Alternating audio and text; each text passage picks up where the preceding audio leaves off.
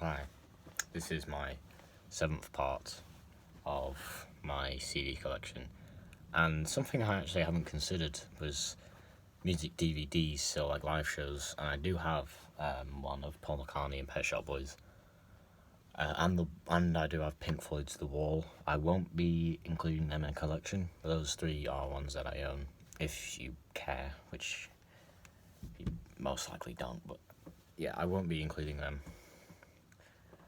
If you want me to do a video though, then like leave a comment or whatever, but I just haven't been bothered, so yeah. And I also thought I'd say the way these albums are sorted is like alphabetically the whole collection, but then with certain artists it goes chronologically. So yeah. So this is my. I mean, I guess you could say my Nirvana collection was pretty big, but this is like my first big artist collection. This is my biggest artist collection. I mean, I guess Nirvana is like the whole discography, and this is as well. This discography is bigger. Like the only artist I do that with is like this artist, the other one today, and one for next episode. And also, I guess you could say the Beatles, but yeah, I don't know what I'm talking about. I'll just get on with it. Okay, so this is about Oasis. So it's a shame to start their first album because it's their best. So definitely maybe it's their debut album. Came out in 1994, and it is amazing. It's my favourite album of theirs, and I think it's their best. It's one of the only times where I actually think my opinion also corresponds with what I think is their best. Like, there'd be times where I'd be like, oh no, that is their best, but I prefer another one. Yeah, definitely maybe is just amazing. Every song in it is great. You need to listen to it if you haven't already. Like, even if you don't like rock, you might have a newfound appreciation for it, especially like Britpop. It's a very good Britpop album, along with like Pulp and Butter. You need to listen to that. Yeah, definitely, it's very good. Next we have What's the Story, Will It Glory, which is their second album. They already like that was the debut album, and it was very successful. And this album, 3 minutes already. Are you fucking kidding me? Now this is their sort of hit album. Now this album, they tried to be like outside the box with there's 2 untitled tracks in here, and like all the songs are good on here, but I don't think it's anywhere near as good as Definitely Maybe. There's definitely some good songs on here, like Roll With It, even I don't know. Wonderwall and Don't Look Back in Anger are great. Some might say he's amazing. She's Electric is another really good song. Champagne Supernova, like all these songs are great. Yeah, like that's their, like this propelled them into like massive success.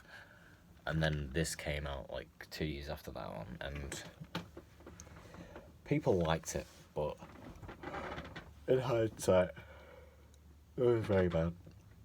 It's boring. It's quite long. It's like an hour long, and each of the songs are like they're too long. They go on for like way longer than they need to. They go on for like 7 minutes or something, some of them. I mean, like on the first album they don't even have a song that's like 5 minutes long. I mean, they might do, obviously, but the second album only had Champagne Supernova, which was long. That actually like made sense. I know there isn't too many parts to it, but it was fine that it was long because it was a good hook. But this, there's nothing to it. Like, they do a semi-decent hook and then they just milk it. It's a shame, really, because I think they could have done a lot better if their egos had just set aside. But here we are today, and both of their egos are still massive. What else can I say? You know, It's a shame. Their first two albums are great. Their first two albums are some of my favourite albums. Familiar to Millions, another live album. Again, Familiar to Millions. Do you get that Oasis have a big ego? The Gallagher brothers, especially. Yeah, there's some decent songs on here. I actually haven't listened to this because the CD is quite scratched, I think. See whether that or... Yeah, one of them's missing because it's a double album. But you know, Oasis, they're legends over here in the UK. You know, everyone likes them, except for a few people. I personally prefer Blur, if I'm honest, but I've got all their albums. Maybe not all. It's probably like a few compilations. Oh yeah, I don't have the Master Plan. The Master Plan actually is a very good album. It's like a compilation of B-sides from their first two albums, which is like the best era of Oasis. Yeah, the Master Plan is actually a pretty good album. Standing on the Shoulders of Giants, it's okay. It's not like awful or anything. I don't really get the picture of the city. I don't know, you know. But they've got like Fucking in the Bushes, Gas Panic, and Who Feels Love, and Go Let It Out. It's just they lost their thing. It feels really desperate, in my opinion. It's you know, what albums? This is Heathen Chemistry again.